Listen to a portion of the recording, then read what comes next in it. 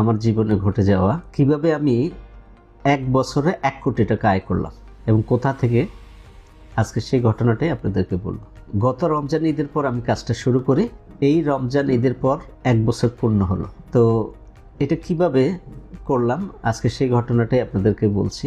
আমার বন্ধুর মাধ্যমে আমি এই কাজটা শুরু করি। তো আমার বন্ধু গত 4 বছর যাবত আমাকে বলতেছে, তুমি কাজটা করো, তুমি ভালো করতে পারবে, এখানে বছরে কোটি টাকা ইনকাম করতে পারবে, মানুষের স্বপ্ন পূরণ করতে পারবে। তো সত্যি কথা কি, আমার তার কথাগুলো আমার বিশ্বাস হতো না। তো সে এই 4 বছর আমাকে বলতেই থাকতো।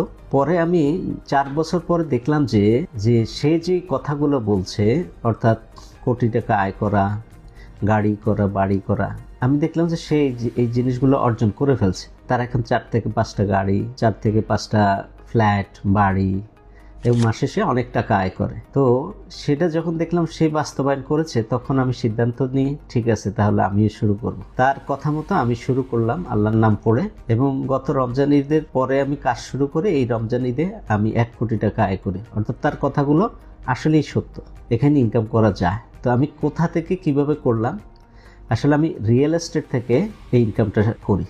রিয়েল এস্টেট যেমন এখানে প্লট, ফ্ল্যাট, ল্যান্ড শেয়ার, এগুলো নিয়ে আমি কাজ করি। তো আমার বন্ধু আমাকে বললো যে ঠিক আছে, তুমি 10 লক্ষ টাকা বিনিয়োগ করে এখানে আমার সাথে সেলস পার্টনার হয়ে তুমি ব্যবসাটা শুরু করো।